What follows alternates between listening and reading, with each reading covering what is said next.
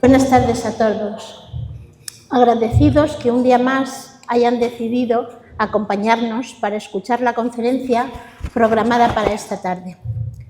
Igualmente nos congratulamos de esta nueva colaboración con el Colegio Oficial de Arquitectos de Ciudad Real y les presentamos este nuevo ciclo de 2 conferencias titulado Rehabilitación del patrimonio arquitectónico de la provincia de Ciudad Real, ejemplos recientes.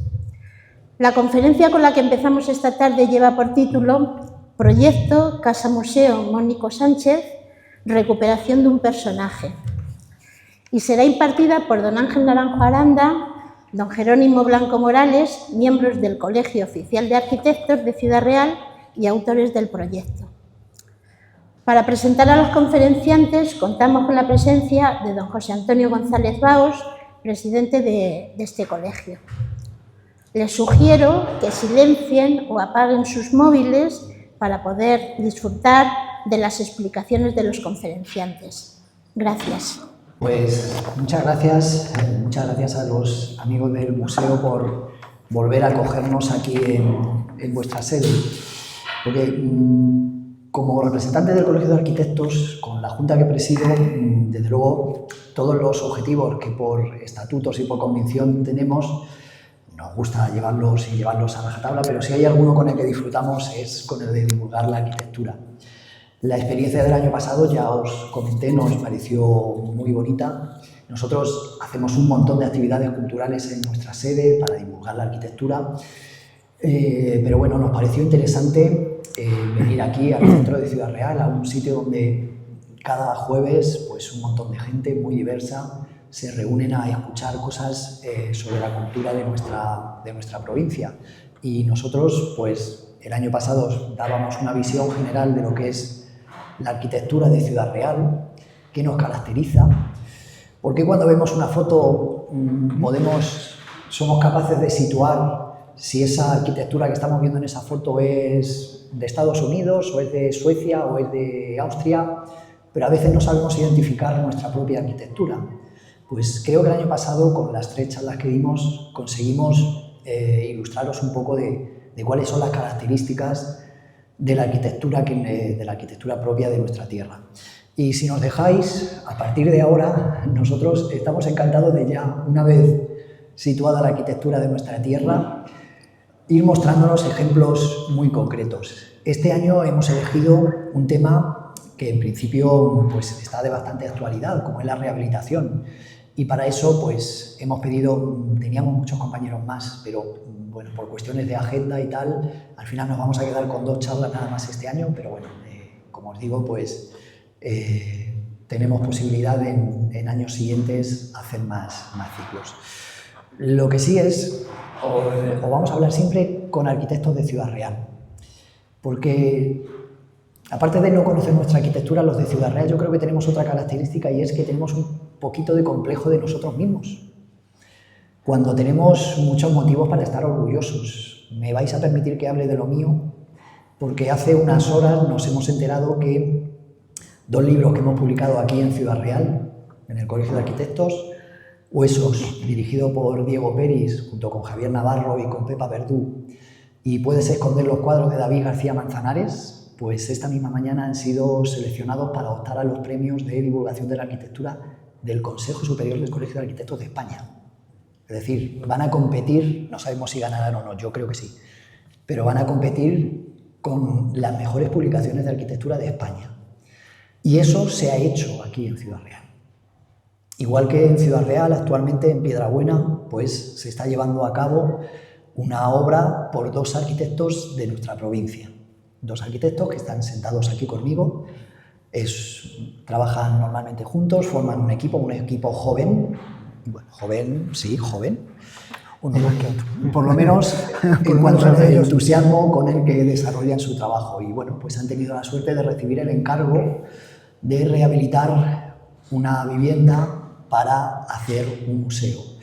Y un encargo donde se juntan 2 aspectos de nuestra provincia muy significativos. Un personaje muy peculiar y tal vez poco conocido como es Mónico Sánchez, que me imagino que lo vais a introducir y por eso no digo nada de él.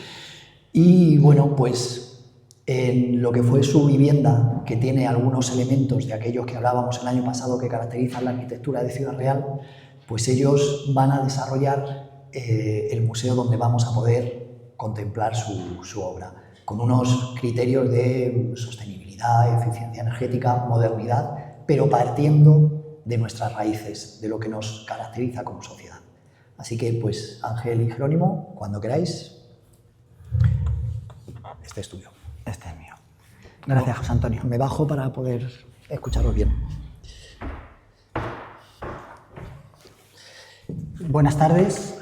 Bueno, como les acaban de decir tanto Ángela como José Antonio, somos Jerónimo Blanco y Ángel Naranjo, arquitectos y cabeza visible esta tarde del equipo que ha desarrollado y dirige el trabajo que les vamos a exponer, y que está compuesto este equipo pues, por Beatriz Fernández Serrano, que se ha encargado de la delineación e infografías, de Julián Arreaza y su hermano Daniel Arreaza, ingenieros industriales del INCE Ingeniería, que han desarrollado todo lo referente a las instalaciones del edificio, y también Francisco Javier Jiménez, arquitecto técnico, que interviene en la dirección de ejecución de la obra y el control técnico y económico de la obra. En el título de esta conferencia, como pueden ver, hemos colocado en primer lugar la palabra proyecto, porque aunque las obras ya se comenzaron hace tiempo, por distintos motivos estas se encuentran prácticamente en su fase inicial. Por eso, el mayor peso de lo que les vamos a contar corresponde al desarrollo del proyecto en sí, aunque también les hablaremos de las incidencias y sorpresas varias pues que han ido surgiendo con el comienzo de las obras, de los trabajos. La segunda parte, como pueden ver, es recuperación de un personaje. Esta frase hace mención al motivo fundamental que ha originado todo este asunto, que no es otro que don Mónico Sánchez Moreno, personaje singular donde los haya, y el hecho de mencionar en el título de la conferencia recuperación de su figura se debe a que hay mucho más que recuperar de su persona que de lo que se puede rehabilitar o recuperar de los escasos restos de su vivienda, que es en parte el trabajo que nosotros hemos proyectado y estamos desarrollando. Nosotros no conocíamos la figura, yo personalmente no tenía ninguna referencia pues antes de involucrarnos en este proyecto. Y probablemente muchos de ustedes pues serán conocedores de su historia, de la historia de Mónico Sánchez, de sus logros e inventos, o al menos tendrán alguna referencia más que nosotros antes de meternos aquí en este asunto. Por eso lo que contaremos inicialmente de don Mónico pues solo serán unas breves pinceladas sobre el personaje.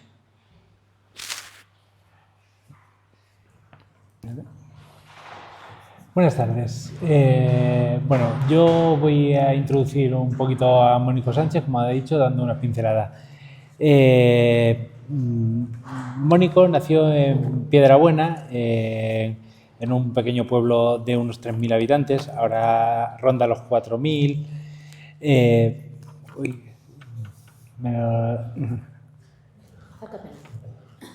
¿Me acerco?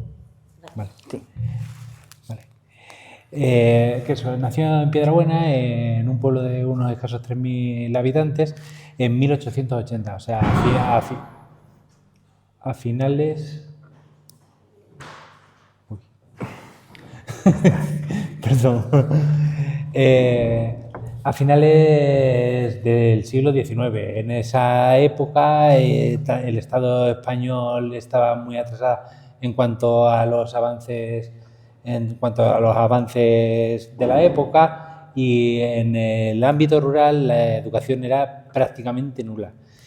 Era hijo de Eusebio Sánchez, que era tejero, tenía una tejera, y de Lucía Moreno, que era lavandera, y tenía tres hermanos mayores. Y su futuro pintaba parecido al de sus hermanos, o sea, acabar o trabajando en la tejera o en el campo. En esta época cabe destacar las figuras de los maestros de escuela. Vamos a hablar de don Ruperto Villaverde, que era el único maestro que había en la escuela pública, el único maestro de la escuela pública de Piedrabuena. Don Ruperto supo ver en este chico que era un chico de grandes capacidades, o sea, que era muy listo, y introdujo en él, puso una semilla sobre la curiosidad, pero aún así, por problemas familiares, sí, tuvo que dejar la escuela para ayudar en la economía familiar. Lo mandaron a Fuente el Fresno a vivir con parte de una familia lejana de su padre, y allí, aparte, como hemos leído en muchos sitios, incluido en El Rayo Indomable, aparte de comer todos los días que iba a poder, hacía de mozo de recado y ganaba sus propinillas. A los 14 años se fue a San Clemente, en la provincia de Cuenca, y trabajó como tendero. Luego después montó su propia tienda, y a los 21 años vendió todo lo que tenía y decidió ir a Madrid a cumplir su sueño. Su sueño era ser ingeniero eléctrico, ¿vale?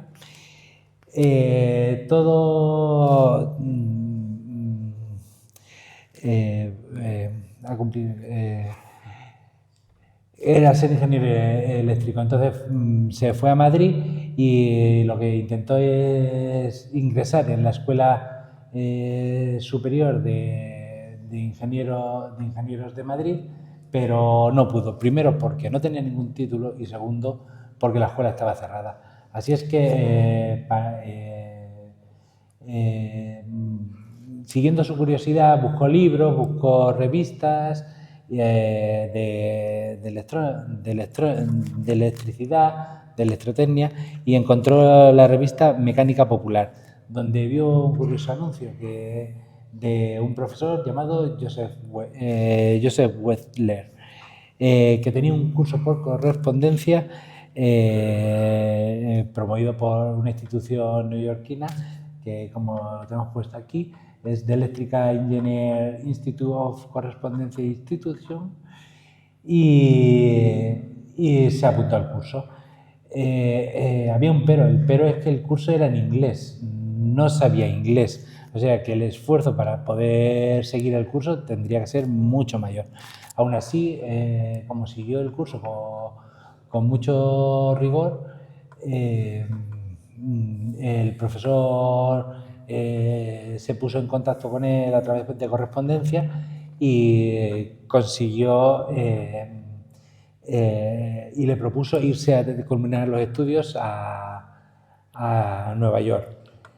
Y además le buscó un trabajo. En 1904 es cuando se fue a Nueva York, y allí llegó con $60, según bastantes artículos, para poder sobrevivir, que, como decían, tendría para unos 2 meses. Pero consiguió el trabajo de ayudante delineante, y luego ya y se apuntó en el Instituto de Ingenieros Eléctricos de allí, o sea, como una especie de ciclo de formación profesional. Fue avanzando en su estudio, en su conocimiento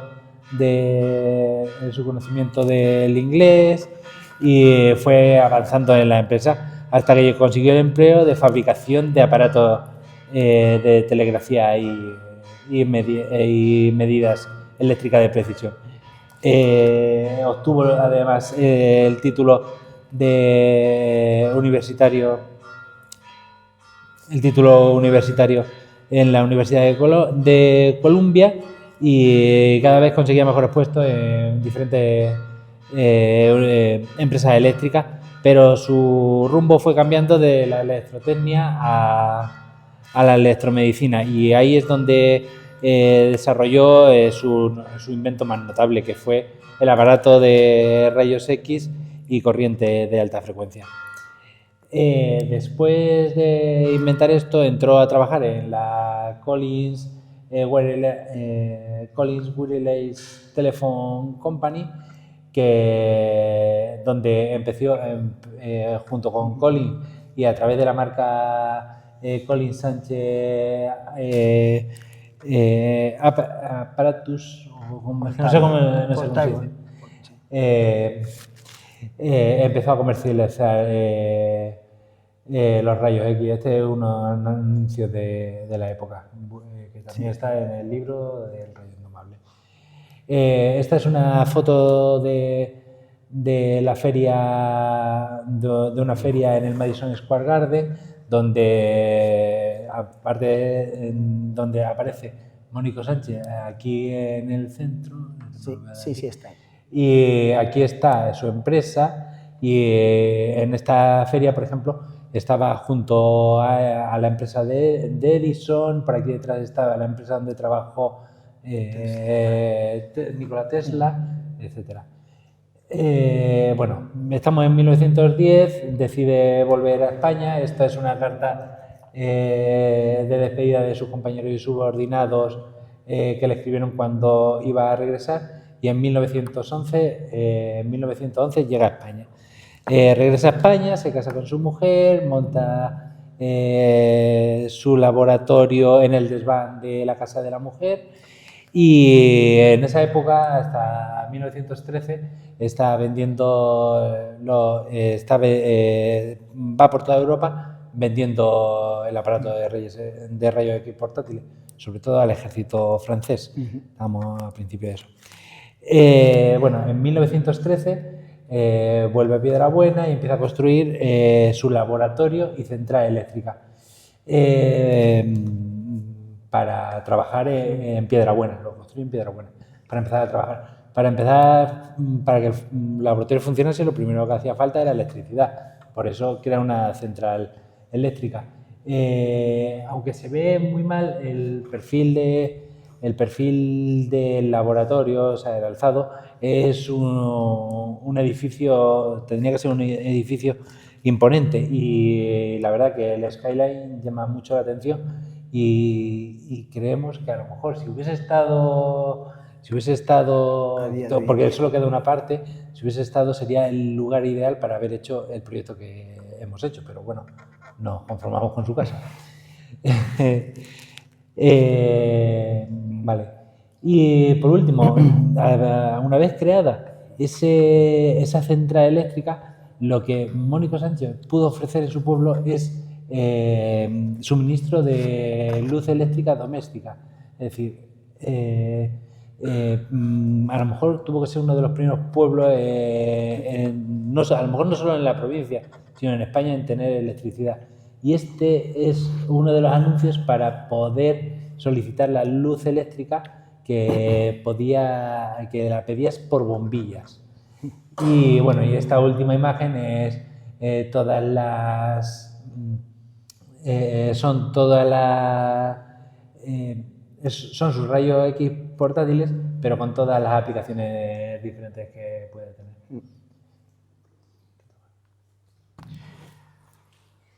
Bueno, pues aquí tenemos una imagen de la vivienda en cuestión, sobre la que hemos intervenido, que fue donde estuvo viviendo Mónico Sánchez, y como ha comentado también Jero, en donde inicialmente estableció un pequeño laboratorio que luego pasó a ser este otro edificio que construyó posteriormente, de mucho mayor tamaño y más importancia. La vivienda llega al matrimonio por herencia de su esposa, de la esposa de Mónico Sánchez, Isabel. Era la vivienda familiar de los suegros de Mónico Sánchez, los padres de Isabel. Y se instalaron en ella pues, una vez que Mónico Sánchez regresó de Estados Unidos, sobre el 1911, como se ha comentado, más o menos, ¿no? No sé si era 10. Sí, pero luego volvió. Sí, como hemos dicho, allí montó primeramente su laboratorio y a los pocos años se trasladó al edificio nuevo que construyó, en donde también realizó la central eléctrica. Tras el fallecimiento de Mónico Sánchez, la vivienda pasó a su hija, pasó a ser propiedad de su hija, y luego a los herederos, a los nietos de Mónico Sánchez. Durante esa época se vende la parte oeste del edificio. Aquí, en esta fachada, ¿no?, que es la fachada que nos queda, la parte oeste es esta que hay aquí en color blanco y azul, pues bueno, formó con la vivienda restante un solo edificio, pero se separó pues, por esa época, cuando era ya propiedad de su hija.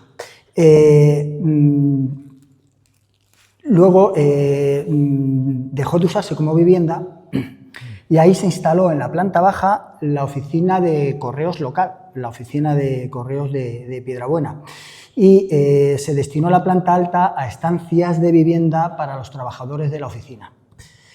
Posteriormente, los herederos pusieron en venta el edificio.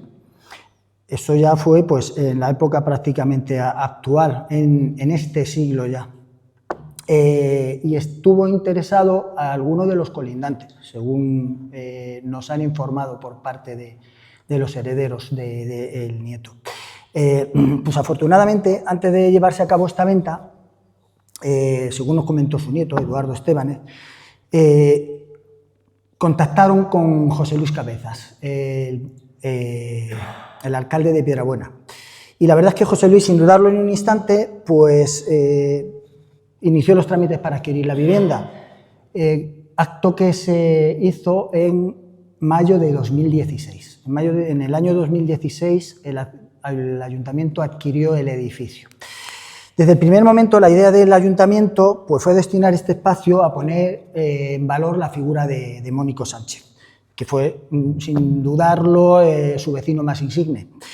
Pero hasta que el momento pudiera llegar, pues la vivienda se destinó un poco a almacén, un poco a trastero, se cedió temporalmente también su uso para que distintas agrupaciones pudieran organizar los famosos mayos de piedrabueneros.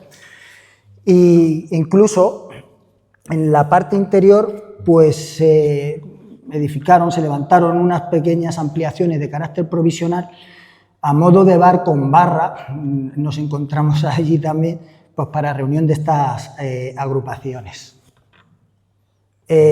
Aquí tenemos unos planos, los planos, tanto de plantas como de alzado, de lo que nos encontramos cuando visitamos la vivienda inicialmente. Solo quedaba la crujía, esta parte que hay aquí en color azul, la crujía delantera que da a la calle Tercia de su situación. El edificio que hemos comentado, que formaba parte de la vivienda, estaría aquí, en la parte superior. Este cuerpo tiene unos 8 por 8 metros y 2 plantas de altura. La escalera, que es esta pequeña zona que hay aquí marcada en color rosa, la escalera que comunicaba a la planta baja con la planta alta, pues había quedado pues como un engalaverno, o sea, una zona que monta sobre la vivienda colindante, la parte que se había vendido. Y estaba sobre el semisótano de esta otra vivienda. La parte posterior, toda esta zona de aquí, pues estaba vacía. Solo quedaba al fondo un pequeño grano, que aquí lo pueden ver, y digo grano porque esta pequeña construcción era porque ya no está, un baño que pertenecía a la vivienda colindante de la parte posterior, que daba a la calle General José Rodrigo.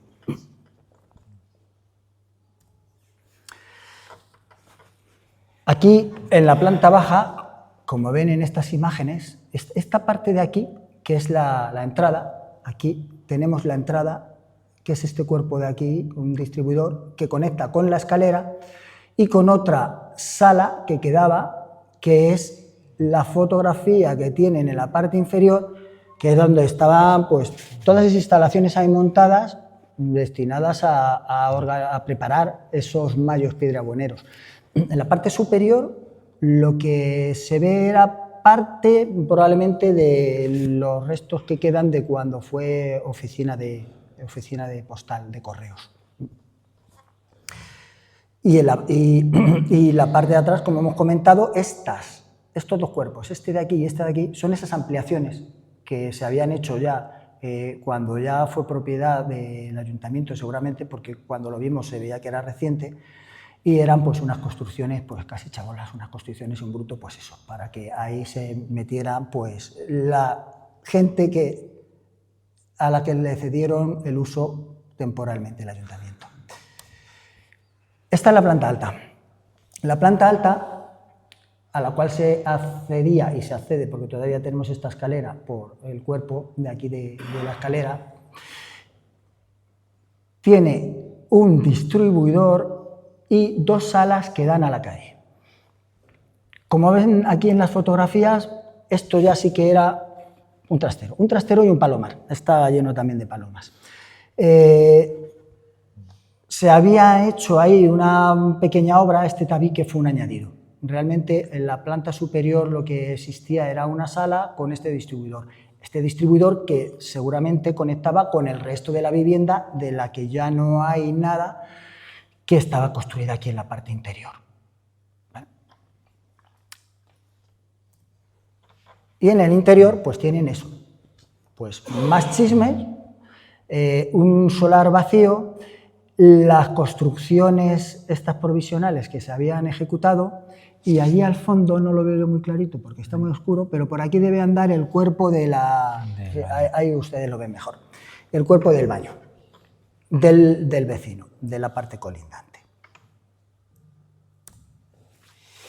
Bueno, pues vamos a centrarnos un poquito en nuestro proyecto y nos adjudican el proyecto en mayo del 2021. Lo primero que, cuando empezamos a encajar el primer anteproyecto, oye, que me escucho doble.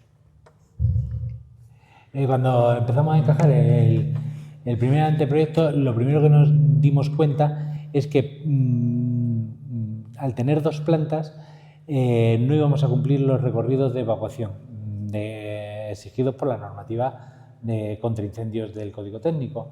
Entonces pusimos este problema en conocimiento del ayuntamiento y ellos, conocedores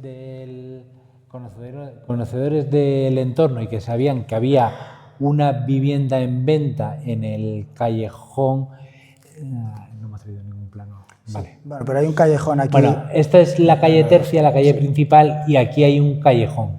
Que aunque es un callejón, sigue siendo calle Tercia. El proyecto es calle Tercia número 2028. Sin dudarlo un momento, adquirieron esa vivienda en agosto del 2021.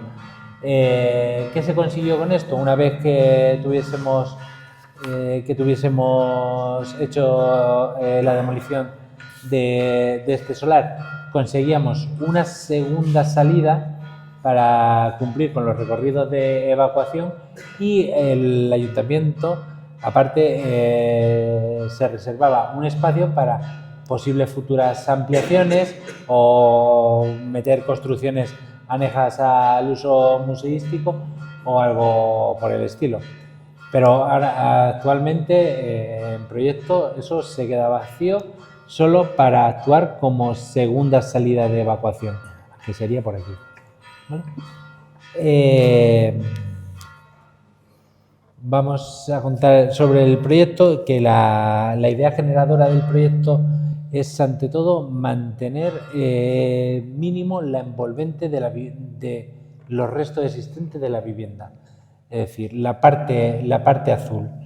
Nuestra idea era mantener por lo menos esta envolvente. Si os dais cuenta, en el proyecto, tanto en la imagen anterior como en esta, la escalera en galaverno que había aquí ya ha desaparecido, porque desde un primer momento el ayuntamiento se la cedía a la vivienda, se la cedía o se la vendía a la vivienda colindante, porque a nosotros nos venía mal, a ellos también, así es que se cedió.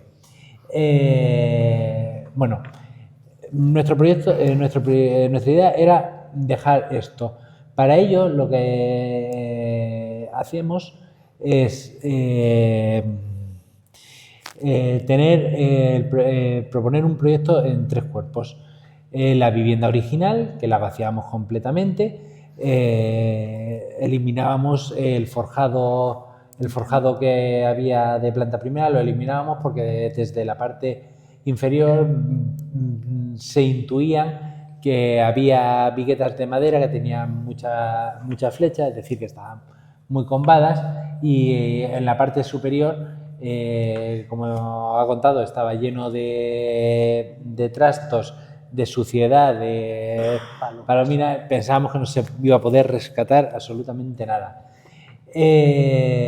La propuesta, puesto que queríamos dejar esta vivienda sin tocar, esta envolvente sin tocar, es separarnos para hacer nuestra ampliación. Nuestra ampliación es la zona roja esta. Es una ampliación de dos alturas, y lo que hacemos con la morfología tan irregular que tiene el solar es, nos separamos y solo quedan dos puntos en contacto: la pasarela del cuerpo superior y la cubierta que viene por aquí. Y debido a la morfología y a que aquí tenemos una anchura que está junto a la zona de paso, introducimos el módulo de comunicación vertical para comunicarnos en las dos alturas, puesto que la otra escalera desaparece. Es una escalera que, cumpliendo el código técnico, el código de accesibilidad de Castilla-La Mancha, y un ascensor accesible. El otro espacio que queda aquí detrás sería un cuarto de limpieza, algo por el estilo. Y el resto del edificio que nos queda aquí detrás es la sala de uso museístico. Separándonos de nuevo aquí en el fondo, en este espacio residual donde nos molesta tanto el volumen o grano, como ha dicho Ángel, del baño del colindante, se plantea un pequeño almacén anejo para guardar cosas del museo o lo que sea. Vale. No. Perdón, vuelvo para atrás. Y los espacios en blancos son zonas patios abiertos, ¿vale? Estas zonas intersticiales simulan mucho las construcciones manchegas, y aquí, además de dejarlo en blanco, cabe destacar que también son los espacios más luminosos que hay en el edificio, puesto que en el resto del edificio hay que controlar la luz para el uso museístico. Aquí la infografía que tenemos es el paso de la zona museística por la pasarela a la planta, a la sala que se va a crear, planta alta de la zona de vivienda, ¿vale? En planta baja al edificio se entra por calle Tercia, por el hueco de puerta que existía, pero cambiamos la puerta para que sea accesible, bajamos el escalón, etcétera, y entramos en una especie de vestíbulo distribuidor amplio, donde también se va a recoger una zona de recepción, y el ayuntamiento ha propuesto también que para que el uso no sea solo de museo, tener en esta recepción la oficina de uso turístico, ¿no? De información turística, perdón. La oficina. En esta primera planta, y puesto que todo lo demás, esa ampliación, hemos recogido los aseos aquí en la zona más oculta, porque esta es una especie de recepción, y ya a través de este paso por el patio, que está más iluminado, accedemos al núcleo de comunicación y a la primera sala, sala de exposiciones, donde la luz, donde el espacio es mucho más... donde el espacio... perdón. Donde el espacio va a ser más uniforme y la luz va a estar más controlada, para que a través de la luz natural va a estar más controlada, para que a través de la luz artificial resalten vitrinas, objetos o la colección que se vaya a recoger.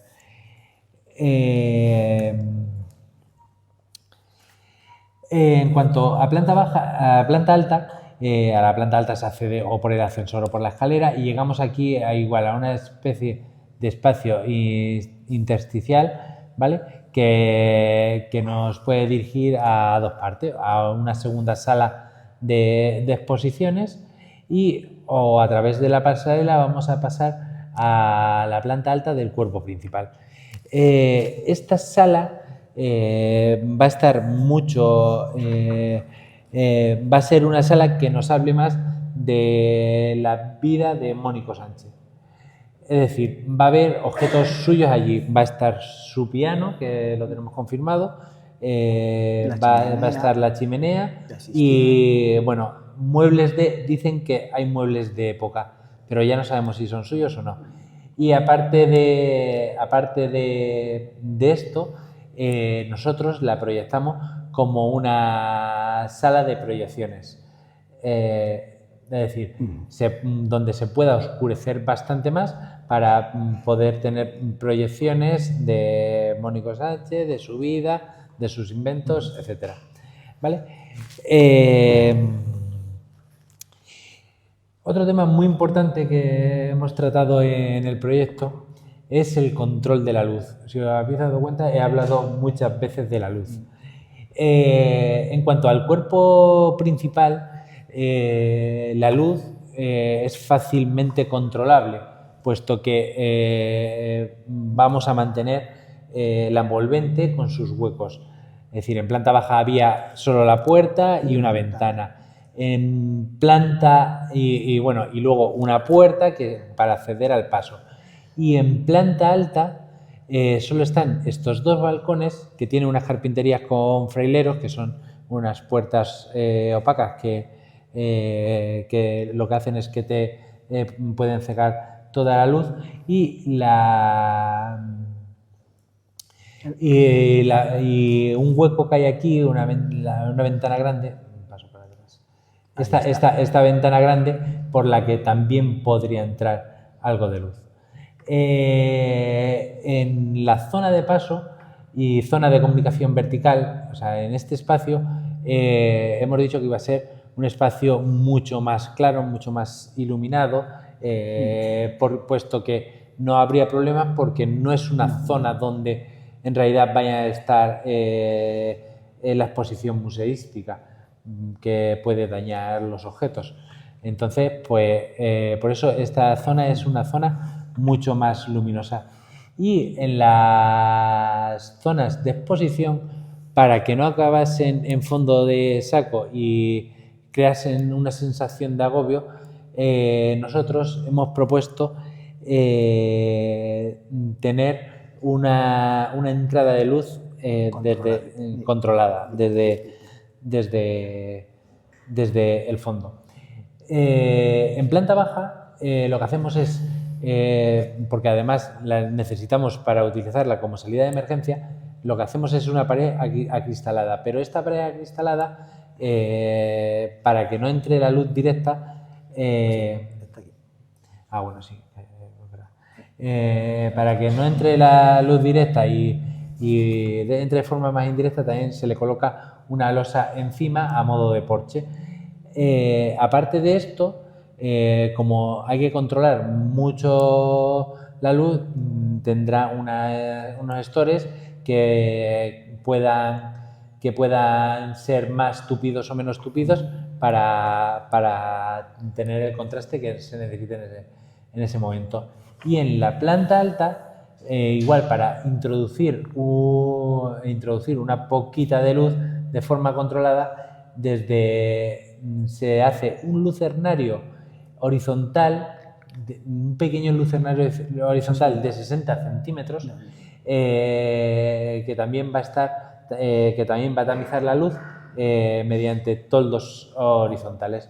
Entonces, debido a todo esto está pensado porque los chicos que llevan el proyecto museístico, nosotros llamamos el proyecto de construcción del museo, pero los que llevan el proyecto museístico nos han pedido que esa luz se pueda tamizar o se pueda incluso anular. que se pueda anular.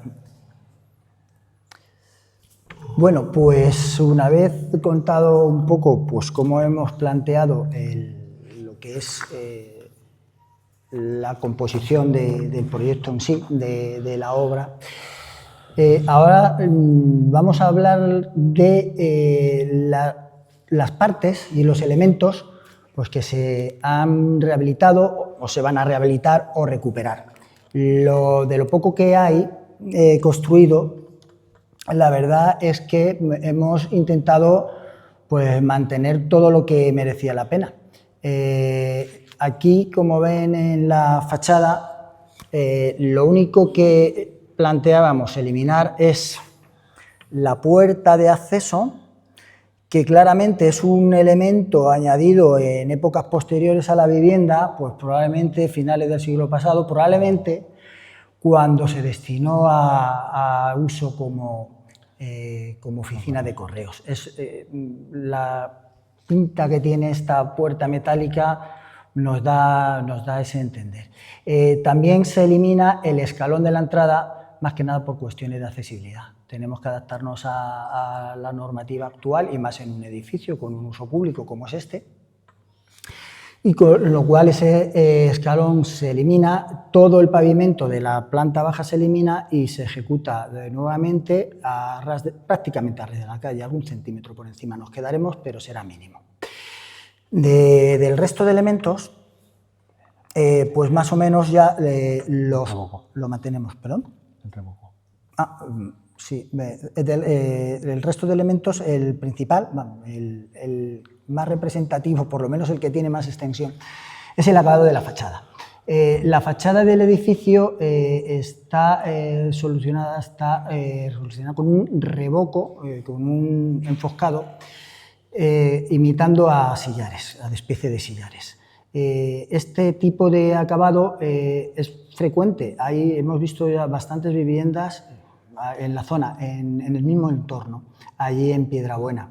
Y era bastante propio pues, de la época de la vivienda, mediados del siglo pasado. Aquí en Ciudad Real tenemos ahora mismo también una fachada para rehabilitar dentro de a lo mejor un año, que tiene también una disposición parecida.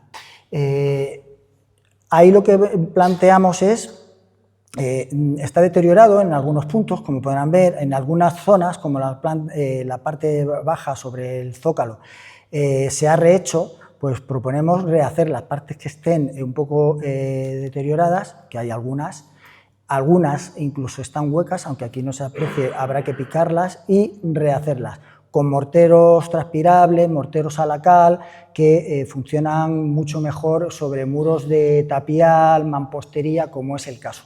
Además, unos muros que sí tienen una buena cantidad de piedra, pero también tienen bastante parte de barro, como es normal.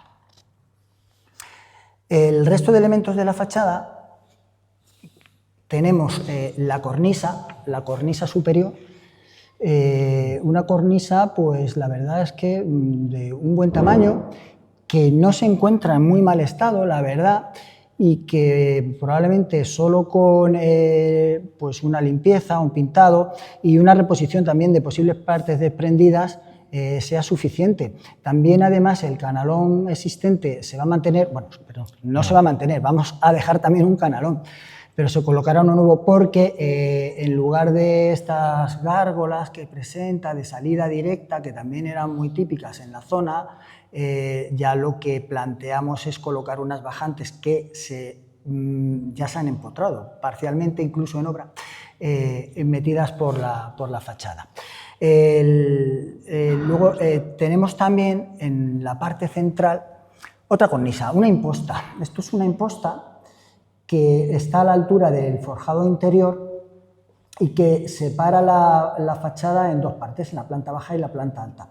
Como se puede ver, está bastante deteriorada, más que la cornisa superior, porque la cornisa superior, el alero, tiene teja en la parte, en su cara superior, pero aquí estos elementos directamente pues, bueno, recibían el agua en esa pequeña superficie que tienen y se ha deteriorado bastante con el tiempo. Hasta el punto de que, como ven aquí en esta imagen, que está cogida de Google Street View del año 2009, en ese año, que hombre, hacía algunos, pero no tanto para la antigüedad que tiene la casa, todavía teníamos aquí lo que eran las losas de los balcones, que se correspondía con la misma línea de la imposta, que recorría todo lo que era la losa del balcón, y en la parte inferior tenía un recrecido, una moldura, que servía también, aparte de adornar, como soporte a este vuelo del salón. Aquí, perdón, del balcón. Aquí, en esta zona, se aprecia pues, donde ha desaparecido ya. Eso en cuanto a cornisas, se van a restaurar ambas. Los balcones, como habían desaparecido, lo que se plantea en proyecto es que, al hacer un forjado interior, y este ser un elemento actual, lo que habíamos proyectado era hacer una losa de hormigón conectada con el forjado interior y dejar constancia de que eso se ha introducido ahora, que es nuevo y que no pertenecía al edificio, un prisma de hormigón del tamaño de la losa. En cuanto a la cerrajería la verdad es que es bastante digna, está bastante bien y se conserva bien, bastante bien. Están compuestos por una serie de elementos vegetales, como pueden ver, así simulando hojas, algunas florecillas. Son cerrajería de forja bastante consistente, que la verdad es que tampoco presenta problemas de oxidación evidentes. Aún así, lo que se plantea es eliminar la pintura actual con una limpieza a chorro y probablemente retirarla y luego ya volver a colocarla, tanto en los balcones, las rejas de los balcones, como la reja de la única ventana que tenemos en planta baja, que es de las mismas características. Bueno, en cuanto a las carpinterías, están en bastante buen estado para su rehabilitación y reutilización. Esto está confirmado incluso por el carpintero, que ya se las ha llevado. Son carpintería de tipo castellano, de cuarterones, y lo que pasaba siempre, lo que era costumbre, estaban pintadas de pintura Titan Luz o algo por el estilo. En cuanto a la carpintería de los balcones, como he comentado antes, esto es planta superior, son unas carpinterías que tienen fraileros detrás y pasa lo mismo que en las puertas inferiores. Lo que vamos a hacer para rehabilitarlo y eso será un decapado inicial, después habrá que cepillarlas y lijarlas, y posteriormente se le va a dar una imprimación de barniz y se va a quedar la madera vista. De todas estas carpinterías, las de los balcones se van a recuperar, la de... no sé... la de los... la carpintería de la puerta, la de los balcones se va a recuperar, la de la ventana inferior también, y de estas carpinterías de puerta se recuperará alguna que se colocará en este hueco que es la entrada del cuerpo original, de la vivienda original, a la nueva zona de paso y para llegar a la ampliación. ¿Es este hueco o este hueco? Otro elemento muy destacado y muy representativo es este hueco que tenemos aquí, que desde el primer día que fuimos a ver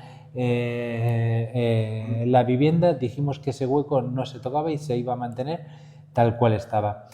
Es un hueco con un arco carpanel, es decir, es un arco rebajado que tiene las esquinas redondeadas. Y este hueco es muy característico de las construcciones de las propiedades de Mónico Sánchez, porque en el laboratorio de central eléctrica, no sé si os habéis fijado, todas las ventanas eran iguales que ese hueco. Aunque tengamos que pasar para atrás, aquí estaba. Ahí tienen estos tres huecos, así, tienen también un arco de tipo carpanel.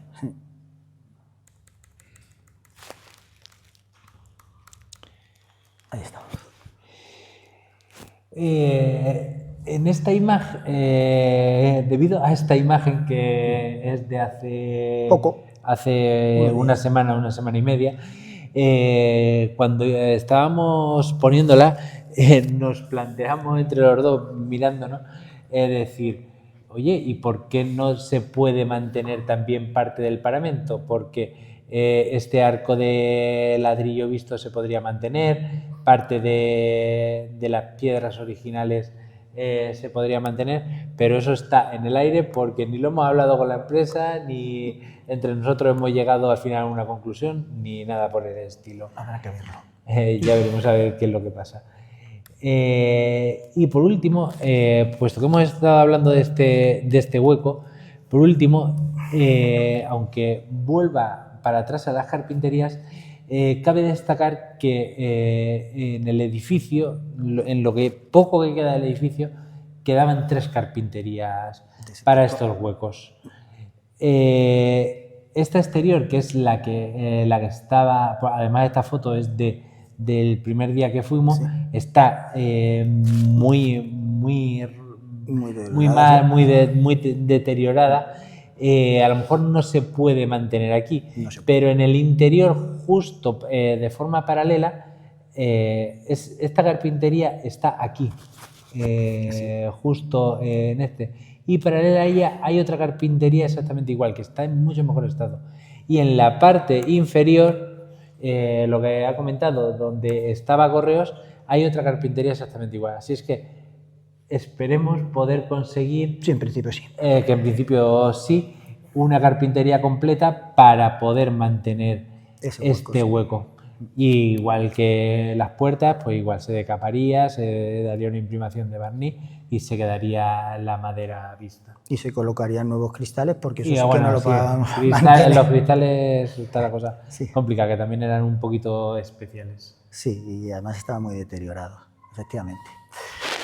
Otro elemento también bastante representativo que nos encontramos, representativo de la construcción y no de la vivienda en sí, y ahora comentamos por qué, es la estructura de la cubierta. La cubierta, lo poco que queda de esos 8 metros de longitud, está constituida por unas cerchas de madera, por estas formas que hay aquí de madera, que son unas cerchas de tipo español, formadas por pues 2 pares, como todas las cerchas, que son las vigas superiores, un tirante inferior que trabaja como si dijéramos para sujetar esos empujes de aquí de lo que es esta forma, un pendolón y unos tornapuntas, que son estos elementos que están aquí en el centro y que lo que hacen es pues partir estas luces, que en este caso son de aproximadamente 8 metros. Es una solución pues muy frecuente, se llama cercha de tipo español, pues porque es muy frecuente aquí en España, evidentemente. Y estas estaban y están las maderas en bastante buen estado. Puntualmente había una, allí en el extremo, que se había fracturado la línea esta superior, pues probablemente por alguna filtración, alguna gotera que hubiera habido en algún momento. El resto, pues no estaban carcomidas y la madera estaba pues en buen estado, muy vieja y sucia, etcétera, etcétera. Las uniones están resueltas pues con herrajes metálicos, como suele ser normal en este tipo de elementos. ¿Qué es lo que planteamos? pues planteamos levantar todo lo que es la cubierta y recuperar las cerchas. Levantamos la cubierta y la hacemos nueva porque, como pueden ver aquí, este es el faldón que da a la calle. Está hecho de rasilla tomada con yeso y, sin embargo, el faldón interior, el que da a la parte posterior, es bastante de ejecución bastante más reciente que aquel de allí de la calle. Está hecho con bardo, con rasillones más modernos, y la teja además ahí es una teja plana, porque lo habían repuesto todo totalmente. Las cerchas, la verdad es que son bastante curiosas. Están hechas con elementos recuperados, algunas de ellas. Los tirantes inferiores están hechos con viguetas de madera, algunos de ellos, otros no, que se utilizaban para hacer forjados. Pero aquí los utilizaron como elementos para fabricar estas cerchas. Incluso la parte superior, ahora lo veremos en la siguiente imagen, está hecha también con madera recuperada. Bueno, volvemos a hablar de la escalera en Galaverno que no vamos a tener, y cabe destacar que los peldaños, nuestra idea era recuperar los peldaños están hechos de baldosa hidráulica y con un mamperlán y una tabica de madera, y nuestra intención era recuperarlos, pero cuando empezaron la ejecución de la obra intentaron recuperarlos y no fue posible, se desprendían. Hay otro elemento que que es la barandilla, que sí es un elemento de cierta prestancia, ¿vale? Es una barandilla de forja con un balaustre importante al inicio y con balaustres más ligeros intermedios. Tiene barrotes y elementos de forja que están bastante elaborados y que acaba con remates de fundición. Y termina en un pasamanos de madera sobre una pletina. Las pletinas que recogen los barrotes son dobles, o sea que es como una especie de mecano, y ahora vamos a entender por qué digo esto. Como hemos dicho, esta era la escalera inicial, que la vamos a perder, y donde estaba los escalones y la barandilla, y la vamos a trasladar al nuevo núcleo de comunicación vertical. Pero solo la barandilla. Pero solo la barandilla, porque el resto no podemos. Esta nueva escalera debe cumplir el Código de Accesibilidad de Castilla-La Mancha, que nos exige unos escalones con una huella de 30 centímetros, una dimensión que es muy parecida a los escalones que hay actualmente en esa escalera, pero la tabica debe ser de 16 centímetros. Esta dimensión ya no coincide para nada con lo que hay. Pero, como he dicho, esos barrotes están cogidos mediante dos pletinas. Entonces, aunque tenga una pendiente inferior, podemos utilizarlo como un mecano, y creemos que se va a poder recuperar. Y por último, lo que íbamos a exponer ya brevemente es, bueno, pues las cuestiones que han ido surgiendo una vez que ha comenzado la obra. Pues después de la redacción de proyecto y licitación y posteriores modificaciones, y la verdad es que la cosa se fue alargando bastante, en mayo de 2023 dan comienzo las obras, tras adjudicársele a la empresa Fuentepica 2000 de Fuentefresno. Nada más iniciar la intervención, con los primeros trabajos de derribo, pues se levantan carpinterías, se amplía hueco abajo para poder pasar, y en la planta baja, y se demuelen los falsos techos. Y lo que en principio hemos comentado, que queríamos que era un forjado de madera, de viguetas de madera, pues resulta ser un forjado de viguetas metálicas. Y estas maderas que nosotros habíamos visto, pues es una subestructura colocada ahí para clavar el falso techo de cañizo que había, tanto en planta inferior como en la planta superior.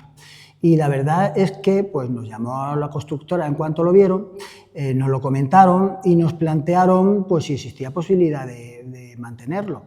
Y porque el pavimento de la planta superior, ya una vez limpio, aunque todavía ahí está sucio, que es de baldosa hidráulica, pues no está en tan mal estado. Y además se puede recuperar este tipo de material pues, con cierta facilidad. Se puede limpiar, se puede pulir un poquito y se puede darle una capita para protegerlo y pues lo tanteamos y en principio pues nos pareció muy buena idea, también porque se puede reforzar el forjado inferior de vigueta metálica con mucha más facilidad que si hubiera sido vigueta de madera.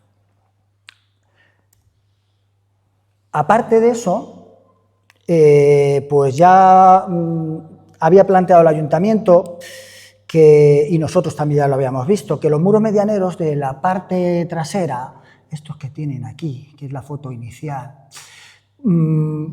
aunque se había planteado inicialmente dejarlos, mantenerlos y restaurarlos y aprovecharlos como cerramiento, pues la verdad es que no venía nada mal derribarlos, entre otras cosas porque pertenecen, son propiedad de aquí, de nuestra parcela. Están baldados hacia, todos completamente, vierten aguas hacia aquí, hacia nuestro lado. Y además del muro teníamos el famoso grano que suponía el baño de la parte de atrás del vecino. Así es que el ayuntamiento pues, nos comentó que, bueno, que por qué no se planteaba esa posibilidad. Así es que una vez empezadas las obras, en junio, si se empezaron en mayo del 23, en junio se paralizan las obras para que nosotros hagamos una modificación de proyecto, recojamos el cambio de aquí que se hacía en el forjado, hagamos el cálculo de la estructura, etcétera, y el ayuntamiento negocie con los vecinos y llegue a un acuerdo para la cesión de este baño, que al final se llegó. Pero la verdad es que eso supuso, pues, ¿qué fecha? ¿En qué fecha terminamos nosotros? Un año y 2 meses. 1 año y 2 meses. Para... Mientras negociaron con los vecinos. Y para nosotros hicimos el reformado del proyecto. Así es que ahí se quedó la obra paralizada. Y luego, en abril del 2025, comenzamos otra vez las obras, después de haber parado. Este es el refuerzo, que ya se ha planteado en la parte inferior, con esas vigas metálicas que quedarán ocultas y con eso ya tenemos resuelto el poder mantener ese forjado. También se desmontaron las cerchas, como hemos comentado. Y todo lo que teníamos aquí se llevó por parte de la empresa contratista de Fontepica 2000 a sus solares, a sus instalaciones. Y una vez colocadas allí, todas las cerchas se replantearon con la disposición a la distancia que iban a quedar luego colocadas una vez sobre la cubierta, y nos encontramos con que no solo es que los perfiles pues estén un poco irregulares, sean aprovechados de maderas rollizas en las que luego se cuadraron como se pudieron, sino que no eran planas y además con bastante diferencia de una a otra. Allí cuando las vimos inicialmente, pues sí, se apreciaba que en algunos lados le habían colocado algún suplemento, en algún otro lado le habían hecho un pequeño cajeado para intentar obtener un pseudoplano que no era tal pues porque la diferencia era pues de varios centímetros. Entonces, ¿qué es lo que hicimos? Pues pensar qué podíamos hacer para colocar esas cerchas y tener un forjado que fuera más o menos plano, claro, para poder colocar las tejas. ¿Y qué es lo que planteamos? Aquí se ve ya. Planteamos colocar unos perfiles metálicos que suplementen estas cerchas de madera y ya lograr con estas líneas un plano sobre que poder colocar nuestra nueva cubierta.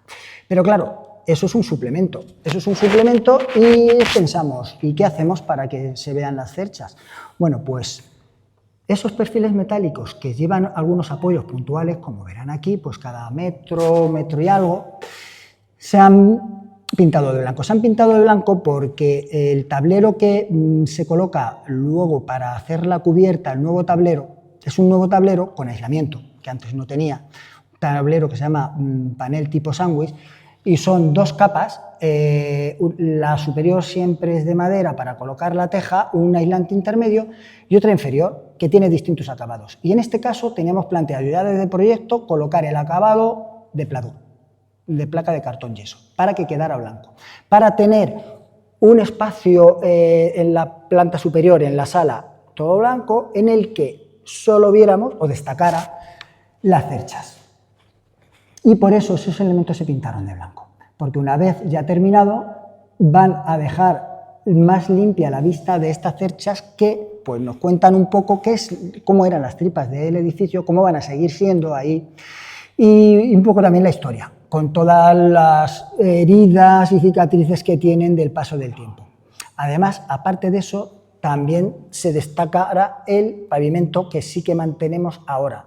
Veremos las cerchas, el pavimento, en esos colores tostados más oscuros y el resto de la sala en blanco, con las carpinterías. La teja, pues ha colocado una teja nueva y lo que hemos hecho ha sido pues, elegir un modelo de teja mixta con un acabado envejecido que es muy parecido, se coloca bastante en Almagro, que es conjunto histórico-artístico, este tipo de teja, este mismo modelo de teja, porque es muy parecido en cuanto a tono a la teja árabe vieja. Esto fue sencillamente una incidencia, que nos encontramos con que los vecinos pues no tenían saneamiento, los vecinos de atrás, pues sí tenían saneamiento, pero no salía a la calle, no salía al callejón. Iban aquí a una fosa séptica que teníamos a la parte de atrás. Así es que, pues hacerle ahora, claro, no lo vamos a dejar ahí, encima que teníamos muy cerca la cimentación de la parte de atrás, hacer ahora el saneamiento nuevo a los vecinos. Si andábamos más del tiempo con la obra, otro poquito más. Y por último, el almacén este que habíamos comentado, que dejábamos a la parte de atrás, pues cuando estuvimos al habla con el equipo museográfico, el que va a desarrollar todo lo que es la instalación luego de la exposición, cuando le planteamos lo que había comentado Jero, que en la planta superior del edificio existente habíamos pensado que ahí estén los muebles y los enseres que hay de Mónico Sánchez y que se utilizara también como zona de proyección. Y nos dicen que no, que eso es muy amplio, que solo debería haber eso, pues una zona de exposición, y nos dicen que la parte de atrás, pues que no les viene mal, que ahora que es más grande, porque habíamos eliminado ese baño, y ahora tiene unos 16 metros cuadrados, pues que le viene de perlas. Así es que dijimos, bueno, pues no hay almacén, pues hay una sala de exposiciones. Como tenemos la salida desde la planta superior, perdón, desde la planta inferior a la parte de atrás, pues aprovechamos ya para que a través de ese patio posterior también se pueda acceder a esta sala más íntima, más cerrada, y nos comentan que no les vale con 3 metros de altura, que necesitan 4 para poder tener pues casi 3 más luego 1 para meter el proyector que pongan, que será en 3D, en 360 grados, etcétera, etcétera. Así es que ahí, pues bueno, pues hemos hecho esa especie de torre en la parte del fondo para poder albergar aquí el nuevo uso. Y ya como el colofón, esto ya fue el colofón, ya que habíamos estado parados bastante tiempo, el 31 de octubre del año pasado, mientras que estábamos ejecutando las excavaciones, como habíamos eliminado el muro medianero, pues me llamaron a mí, me llama el contratista y me dice que han aparecido unos restos óseos humanos. Y así es que allí que nos presentamos y nos encontramos con que hay ahí pues unos huesos. Hablamos con el ayuntamiento pues claro, se lo comenta a la Guardia Civil y la Guardia Civil pues nos manda allí a la Policía Judicial de la Guardia Civil, una médico forense. Y eso, vamos, a nosotros nos sabe igual. Lo que no nos dio tan igual es que, claro, ya lo sabíamos, ya es que ya lo veíamos venir. Pues que nos colocaron ahí la cinta sobre las mismas estacas que cuando yo iba para allá les comenté al encargado de obra, digo, vete, coge una malla de estas de obra, clavas unas estacas, te coges una lámina, ¿tienes lámina de plástico? Sí, y la pones, que cuando vayan allí vean que por lo menos hemos protegido un poco eso. Bueno, cuando fueron allí fue esa misma tarde. Y cogieron y nos colocaron esa cinta. Y nos paralizaron la obra, evidentemente. El caso es que los huesos aparecieron en la vivienda colindante. Nosotros, al quitar el muro y al rebajar más, porque esta es la zona donde va el ascensor, el cuarto de limpieza, que está pues casi 1 metro por debajo del resto del nivel de pavimento, pues dejamos al aire el terreno de la vivienda colindante. Y ahí fue cuando cayeron pues esos huesecitos que aparecieron. Y nosotros, pues claro, se lo comentamos pues al juez en cuanto ya paralizó la obra. Oye, que esto está en la parcela colindante, entonces no podemos, la cinta que haya colocado la Guardia Civil hasta que no sepamos qué vamos a hacer, no se toca. ¿Pueden continuar ustedes por otro lado? Ya. Las casas se suelen empezar por la cimentación. Y resulta que esa es la parte inferior de la cimentación. Y la cimentación también se empieza por la parte inferior, no vamos a hacer la cimentación de la parte de arriba para luego tener que hacer la de abajo. Así es que si pueden ustedes continuar por otro lado, y nos dice la empresa contratista que podían echar ahí 1 semana más, pero que teníamos que hacer esto, evidentemente, es que teníamos que hacer eso. Así es que desde el 1 de octubre parados. Y hace unas semanas ya hemos tenido una notificación por parte del juzgado número 13 de aquí de Ciudad Real, que ya no existe problema por parte del fiscal ni por la Guardia Civil para que nosotros, si no tocamos en sus huesos, que no vamos a tocar, podamos continuar. Y ahora el problema es que la empresa constructora pues ha estado parada varios meses y dice que, bueno, que a ver cuándo puede continuar, y en esas estamos. Hasta aquí hemos llegado. Pues esto ha sido todo. Y todavía nos queda a nosotros más. Le recomendamos, bueno, seguramente lo hará, que cuando esté terminada la obra, el museo ya en funcionamiento, seguramente irá.